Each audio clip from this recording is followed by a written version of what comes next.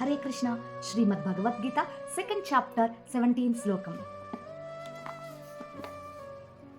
అవినాశితు తద్విధీయేన సర్వమిదం తతం వినాశమవ్యయస్య న కశ్చిత్ కర్తుమర్హతి.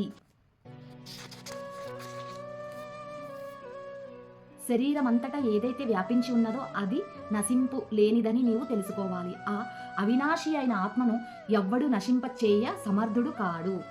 శరీరమంతటా వ్యాపించి ఉండే ఆత్మ యొక్క నిజమైన స్వభావాన్ని ఈ శ్లోకంలో స్పష్టంగా వివరిస్తుంది. శరీరమంతటా ఏది వ్యాపించి ఉన్నదో ఎవరైతే అర్థం చేసుకోగలరు అదే చైతన్యము. దేహంలో ఒక భాగంలో లేదా పూర్తి దేహంలో కలిగే బాధలు సుఖాలు ప్రతి ఒక్కడు ఎరిగి ఉంటాడు. ఈ చైతన్య విస్తారము మనిషి దేహము వరకే పరిమితమై ఉంటుంది. ఒక దేహములోని బాధలు సుఖాలు ఇంకొక దేహానికి తెలియవు.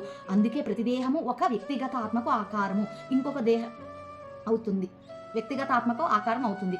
ఇక ఆత్మ ఉనికి వ్యక్తిగత చైతన్యము ద్వారా అనుభూతం అవుతుంది. ఈ ఆత్మ వెంట్రుక కొనలో 10,000 వంతు పరిమాణాలు కలదని వర్ణించబడింది. హరే కృష్ణ.